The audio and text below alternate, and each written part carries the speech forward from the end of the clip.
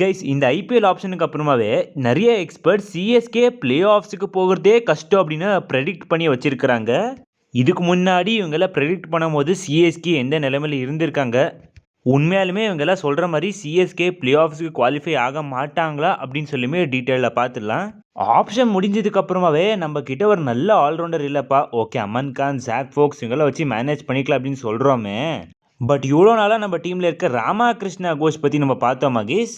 Guys Terry ஃபார்மில் இருக்காரு ராமகிருஷ்ண கோஷ். இந்த சீசன் ஏதாச்சும் சான்சஸ் கிடைக்குமா ராமகிருஷ்ண கோஷுக்கு அப்படின்னு சொல்லி டீட்டெயிலில் பார்த்துடும். அப்போ இந்த வீடியோக்கு லைக் கொடுத்துருங்க கைஸ். சேனலுக்கு ஃபர்ஸ்ட் டைம் நான் சப்ஸ்கிரைப் பண்ணிக்கோங்க. இப்போ வாங்க கைஸ் வீடியோக்குள்ளே போகலாம். சிஎஸ்கே ஒரு ஆல்ரவுண்டரை மிஸ் பண்ணிட்டீங்களேப்பா இந்த ஆப்ஷனில். ஒரு ஜேசன் ஹோல்டரோ ஒரு ஜாக் எட்வர்ட்ஸோ எடுத்துருக்கலாம் இல்லை அப்படின்னு நம்ம எல்லாம் இவ்வளோ நாள் வருத்தப்பட்டு நின்றோம்.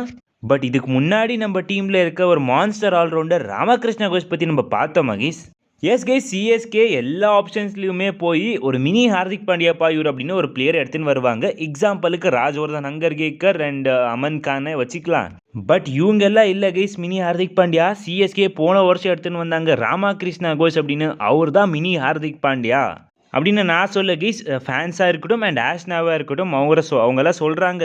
அதுக்கு நீ எதுக்கு தான் இப்போ ராமகிருஷ்ண கோஷ் பற்றி பேசினிருக்கு அப்படின்னு நீங்கள் கேட்டிங்கன்னா கைஸ், இந்த விஜய் ஹசாரே ட்ராஃபியில் என்னமா பெர்ஃபார்ம் பண்ணிட்டு வந்துட்டு இருக்காரு கைஸ். கிட்டத்தட்ட 100+ runs with the bat contribute பண்ணியிருக்காரு. 70+ ஒரு match 18 runs not out.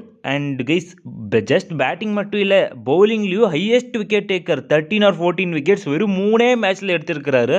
Just இந்த விஜய் ஹசாரே மட்டும் இல்லை கைஸ், ஸ்மாட்லேயும் செம்மையாக பெர்ஃபார்ம் பண்ணார். ஸ்மாட் மட்டும் இல்லை கைஸ், ரஞ்சி ட்ராஃபிலையுமே செம்மையாக பெர்ஃபார்ம் பண்ணார்.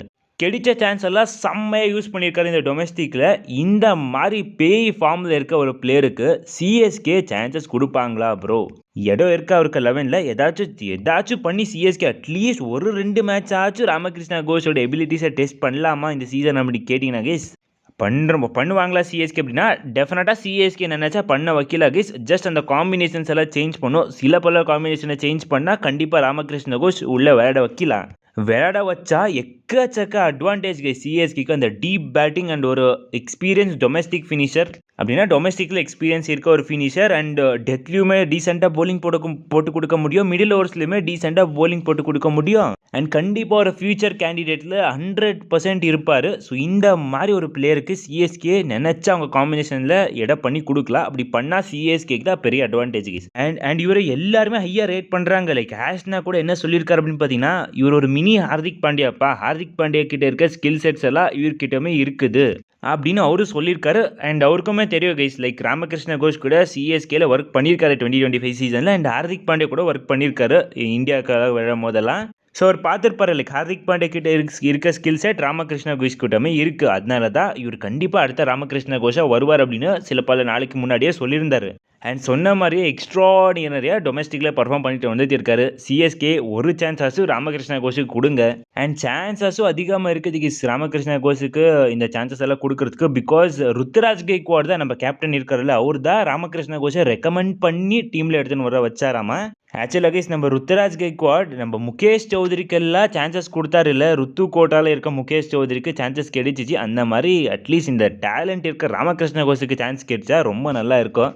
வெயிட் பண்ணி பார்ப்போம் கைஸ். நம்ம டீமின் மினி ஹார்திக் பாண்டியா ராமகிருஷ்ண கோஷுக்கு ஒரு மேட்ச் இல்லைன்னா ஒரு 3 மேட்ச் ஆரோ சான்ஸ் கிடைக்கும் அப்படின்னு சொல்லி கைஸ். இந்த ஐபிஎல் ஆப்ஷனுக்கு அப்புறமாவே சில பல எக்ஸ்பர்ட்ஸ் உங்களோட யூடியூப் சேனலில் எந்த டாப் 4 டீம் அடுத்த சீசன் பிளே ஆஃபுக்கு குவாலிஃபை ஆகும் அப்படின்னு ப்ரெடிக்ட் பண்ணுவாங்க.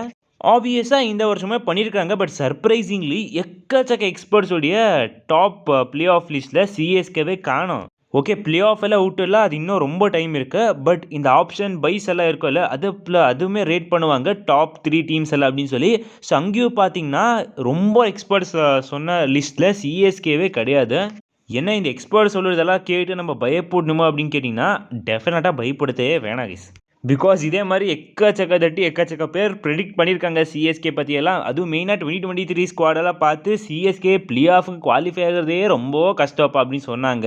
அந்த 2023 ஸ்குவாடை வச்சியே சிஎஸ்கே என்ன பண்ணாங்க அப்படின்னு தெரியும் கைஸ்.